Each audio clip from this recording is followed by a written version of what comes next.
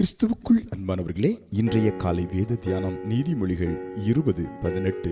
ஆலோசனையினால் எண்ணங்கள் ஸ்திரப்படும், நல் யோசனை செய்து யுத்தம் பண்ணு. அல்லேலூயா.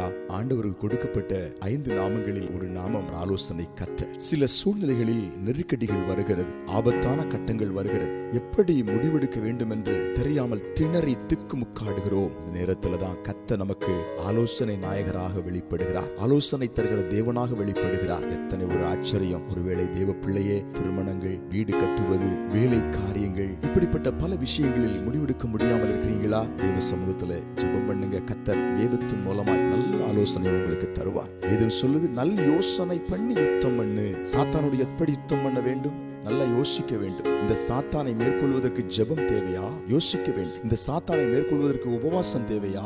யோசிக்க வேண்டும். இந்த சாத்தானை மேற்கொள்வதற்கு பரிசுத்தம் தேவையா? யோசிக்க வேண்டும். அப்படி கர்த்தருடைய ஆலோசனையின்படி நாம் யுத்தம் பண்ணினால் அந்த யுத்தத்துல மிகுந்த ஜெயத்தை ஆண்டவர் நமக்கு தருவார். சாத்தான் நிச்சயமாய் தோற்று போவான். கர்த்தருடைய ஆலோசனையின்படி நடந்து சாத்தானோட யுத்தத்தை செய்யும் போது அந்த யுத்தத்திலே கர்த்தர் நம்மோடு இருக்கிறதுனால, கர்த்தருடைய ஆலோசனை நம்மோடு இருக்கிறதுனால நாம் வெற்றி பெற்று ஆசீர்வாதமாய் வாழ்வோம். அநேக சூழ்நிலைகளில் கர்த்தருடைய ஆலோசனையை கேட்டுதான் தாவீது யுத்தத்தை செய்தான். எல்லா இடத்திலும் கர்த்தர் அவனுக்கு வெற்றியை கொடுத்தார். அதே தேவன் நம்மோடு இருக்கிறார். இந்த நாள் முழுவதும் உங்களை நடத்துவார். ஜெபிப்போமா? எங்கள் பரலோக பிதாவே, இந்த நாளிலும் கூட ஆண்டவரே, நாங்கள் உம்மிடத்தில் ஆலோசனை கேட்டு எல்லாவற்றையும் செய்து வெற்றிகரமாய் வாழ எங்களுக்கு கிருபை தாரும். சாத்தானோடு யுத்தம் பண்ணும்போது உம்முடைய ஆலோசனையின்படியே நாங்கள் யுத்தம் பண்ண கிருபை தாரும். வெற்றியை பெற்று நாங்கள் சுதந்திரமாய் சந்தோஷமாய் வாழப் போகிறோம். இந்த நாள் முழுவதும் பிள்ளைகளோடு உம்முடைய கரம் இருக்கட்டும். இயேசுவின் நாமத்தில் ஆமென்.